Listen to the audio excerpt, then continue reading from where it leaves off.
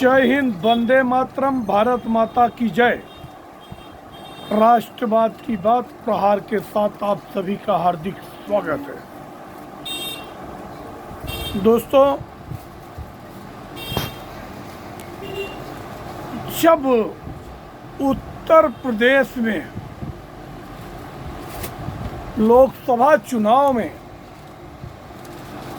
माननीय अखिलेश यादव की पार्टी को 37 सीटें मिल गई, जिसकी पूरे उत्तर प्रदेश वालों को कल्पना तक नहीं थी।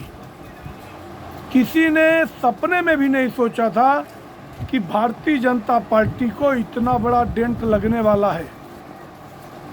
कहीं ऐसा प्रतीत नहीं हो रहा था। अब भगवान जाने कैसे ऐसा हो गया। इवन भारतीय जनता पार्टी कभी कोई उछल कूद नहीं की, न ईवीएम का रोना रोया, न कोई प्रशासनिक संस्थाओं का रोना रोया। उन्होंने अपनी हार स्वीकार की और 3 दिन तक समीक्षा बैठक चली। उसी में उकसा दिया गया केशव प्रसाद मौर्य को, और केशव प्रसाद मौर्य जब संगठन की बैठक चल रही थी तो उसमें उन्होंने कहा कि संगठन सरकार से बड़ा होता है। फिर ये बात खुल के आई कि एक कहीं न कहीं योगी आदित्यनाथ के खिलाफ एक षड्यंत्र चल रही थी, जो कि जेल से निकलकर केजरीवाल ने आगाह किया था कि अब की बार अगर सत्ता में मोदी रिटर्न होते हैं तो ये तो 75 साल के बाद प्रधानमंत्री रहेंगे नहीं। अमित शाह को सत्ता देना चाहते हैं और अमित शाह सबसे पहले योगी आदित्यनाथ को वैसे ही निपटाएंगे जैसे वसुंधरा राजे और शिवराज सिंह चौहान को निपटा दिया। गलियारों में खूब चर्चा चली, मगर जब योगी की बारी आई, योगी जी ने कहा मेरे जो समर्थक हैं उनको बिल्कुल मायूस होने की जरूरत नहीं है। अच्छा, उसी में लगे हाथ संजय निषाद ने भी साथ दिया कि अगर जिसके ऊपर बुलडोजर चलाओगे तो वोट किससे लोगे।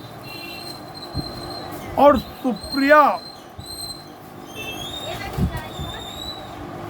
अनुप्रिया पटेल ने कहा कि यहाँ तो पिछड़ों और दलितों का काम ही नहीं होता है। और केशव प्रसाद मौर्य ने कहा कि हमारे कार्यकर्ताओं का काम कोई कर्मचारी सुनता नहीं है। तो जमकर छीछा लेदर हुई माननीय योगी आदित्यनाथ की, और उनका क्लास भी लगाया गया उनसे मिलने। गोरखपुर में सरसंचालक मोहन भागवत जी आए, मगर मोहन भागवत से वो मिले नहीं। सब कुछ बढ़िया नहीं चल रहा था। अगर योगी आदित्यनाथ जी ने कहा कि ये अति आत्मविश्वास की वजह से हमारी सीटें कम आई है, मगर मुझे पूर्ण विश्वास है कि आने वाले समय में सब कुछ ठीक हो जाएगा। और 10 उपचुनाव थे, क्योंकि 5 समाजवादी पार्टी के और 3 भारतीय जनता पार्टी के और एक संजय निषाद की पार्टी के, निषाद पार्टी के, और एक अपना चौधरी चरण सिंह की पार्टी के लोगों ने इस्तीफा देकर लोकसभा चुनाव लड़ा था और चुनाव जीत गए थे। अब ऐसे में 10 उपचुनाव में योगी आदित्यनाथ जी ने कमान अपने हाथ में ली। तो आज ये साबित हो गया कि देश में 2 ऐसे दिग्गज नेता हैं जो कि सबके ऊपर भारी पड़ते हैं। एक योगी आदित्यनाथ उत्तर भारत में और एक नरेंद्र मोदी पूरे भारत में। दोनों जन की स्वीकार्यता, मतलब इनकी कथनी और करनी में कोई फर्क नहीं है। बाकी विरासत में मिली राजनीति अखिलेश यादव मौका फरोख्त के हिसाब से करते हैं, अपने काम के लिए लोगों को यूज कर लेते हैं और बाद में लोगों के साथ खड़े नहीं होते। और परिणाम यह हुआ कि इस 10 उपचुनाव में पहले 9 उपचुनाव का नोटिफिकेशन हुआ और एक मिल्कीपुर सीट रह गई। तो उस समय भी अखिलेश यादव ने खूब चुटकी लिया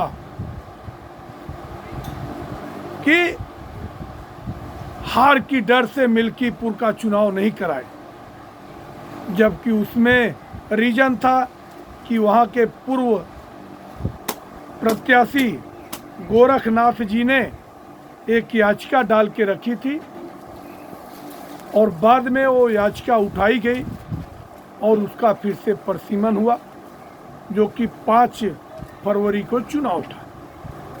मगर अयोध्या की सीट हारने के बाद लोकसभा में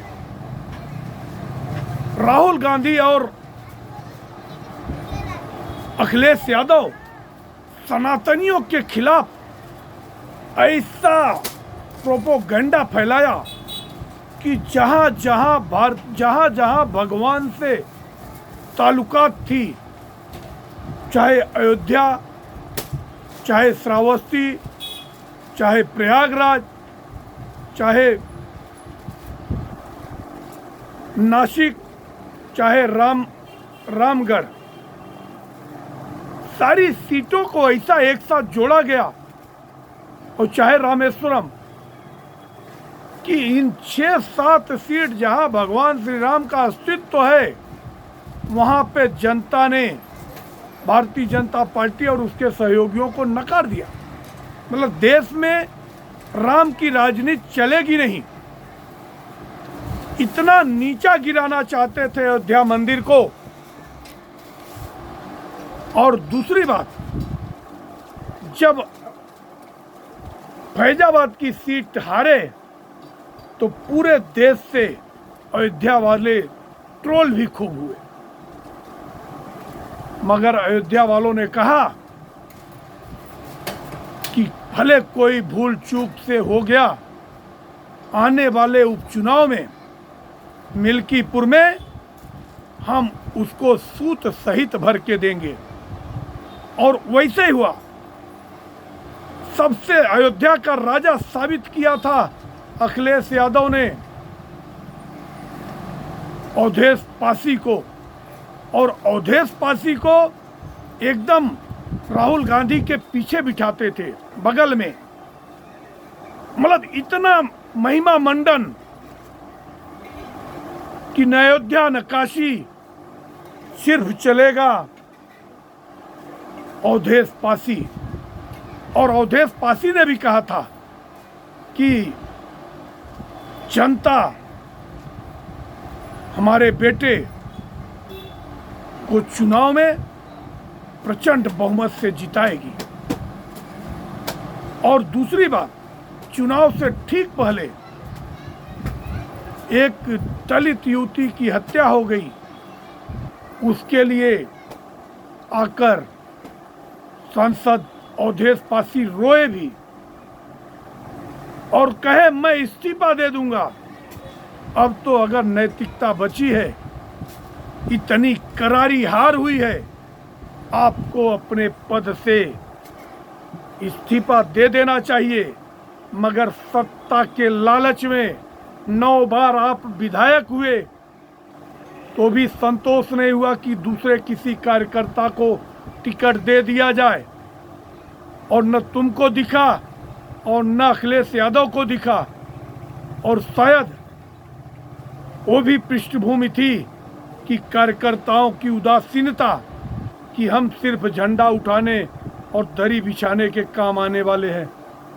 इसके लिए ऐतिहासिक आज तक कभी 10-12 हजार से अधिक कभी हार जीत नहीं हुई, और लोकसभा में भी मात्र 54,000 वोट से अवधेश पासी चुनाव जीते थे, मगर 62,000 वोटों से उनका बेटा जितेंद्र प्रसाद चुनाव हारा है। तो अब ये आगे वाला भी समीकरण है कि सारे हिंदू समाज जो नारा दिया था योगी जी ने कि बटोगे तो कटोगे, एक रहोगे तो सेफ रहोगे, इस धारणा पे मुहर लगाया और उखाड़ फेंका, जो कि आज तक परसिमन के बाद कोई भी व्यक्ति विधानसभा में मिल्कीपुर में 62,000 वोट से जीता नहीं। ये उपचुनाव में चंद्रभानु पासवान ये कहीं न कहीं योगी आदित्यनाथ की दूरदर्शिता का परिणाम है, और आने वाले 2027 के लिए अखिलेश यादव को अब एक और चैलेंज मिल गया है कि क्या करें, किसके शरण में जाएं। एक बार फिर मजबूर होंगे राहुल गांधी के शरण में जाने के लिए कि नाकाम राहुल गांधी जो एक सीट भी दिल्ली में नहीं जीत पाए, दिल्ली के चुनाव में 3 बार से खाता न खोलने वाली, मतलब 3 लोकसभा 3 विधानसभा में अंडा देने वाली कांग्रेस के चरणों में इतनी बड़ी पार्टी होने के बाद भी अखिलेश यादव को गिरना पड़ेगा। अब ये आने वाला समय इस पे बहुत सारे विश्लेषण होंगे, और मेरी भी नज़र है क्योंकि योगी आदित्यनाथ 2027 में भी किसी प्रकार का कोई एज देना नहीं चाहते, और मुझे लगता है कि 2027 का पूरा मॉनिटरिंग भी योगी आदित्यनाथ अपने कंधे पर रखेंगे। आप लोगों को हमारा विश्लेषण मिल्कीपुर के लिए कैसा लगा? मैं पूरे मिल्कीपुर वाले और अयोध्या वालों को तहे दिल से अभिनंदन करता हूं, प्रणाम करता हूं कि आप लोग ऐसे ही सनातनी एकजुट रहें, और किसी के साथ भी अन्याय हो तो एक साथ खड़े हों। प्रोपोगंडा फैलाया गया कि राम मंदिर बनाया गया, लोगों को मुआवजा नहीं दिया गया, वो सारे प्रोपोगंडा से पर्दा उठ गया और सब कुछ सही हो गया। भगवान श्री राम एक बार अखिलेश यादव के ताबूत में आखिरी कील ठोका है। आप लोगों को हमारा चैनल सब्सक्राइब करें, कमेंट सेक्शन में आके अपने विचार रखें और अपने लोगों तक शेयर करें। जय हिंद, वंदे मातरम, भारत माता की जय। धन्यवाद।